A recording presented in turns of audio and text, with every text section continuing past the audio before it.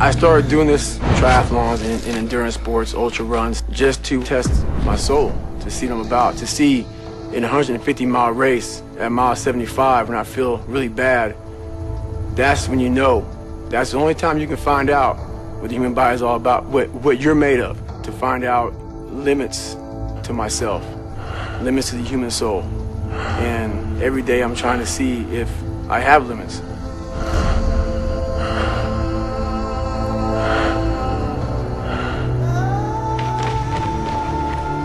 I run anywhere from 125, 150 in a week.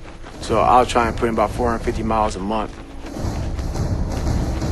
Usually every day I wake up at 3 o'clock in the morning and I run anywhere from 10 to 15 miles in the morning. And then I live about 25 miles from work. So I get my bicycle, commute into work, do a normal work day. At lunchtime around noon, I'll run again, anywhere from 5 to 8 miles, whatever it may be. Come back, work, and around 5:30, I'll ride back home 25 miles on my bike. If I'm feeling good and I want to get more miles, I'll get off the bike and do like a short 3 or 4 or 5 mile run. That's my everyday life. So I don't just train like an hour or so. I train until something is uncomfortable, and then that's when you know who you are. The only easy day was yesterday. It just never ends. I mean, I've done some races where you're on a 1 mile track and you'll run for 48 hours straight. So imagine running 48 hours and running 1 mile track.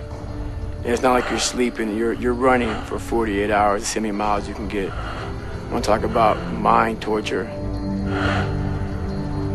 My life doesn't have a finish line. So when I cross the finish line of the Ironman, it doesn't matter, because I know that, 2 or 3 weeks from now I'll be doing something else to put my body through more pain. I believe, everything I try to do is kind of defined by excellence, but I don't think I ever reach excellence myself, because my standards of my life are really high. So I don't think I ever reach it, but I try to every day.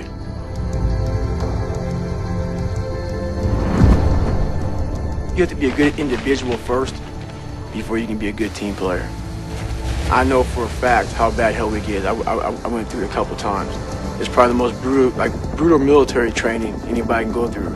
So everybody to my left and everybody to my right, they've been through this. So I know mentally, these individuals are extremely hard. And when stuff gets bad in any situation, I know these guys have my back.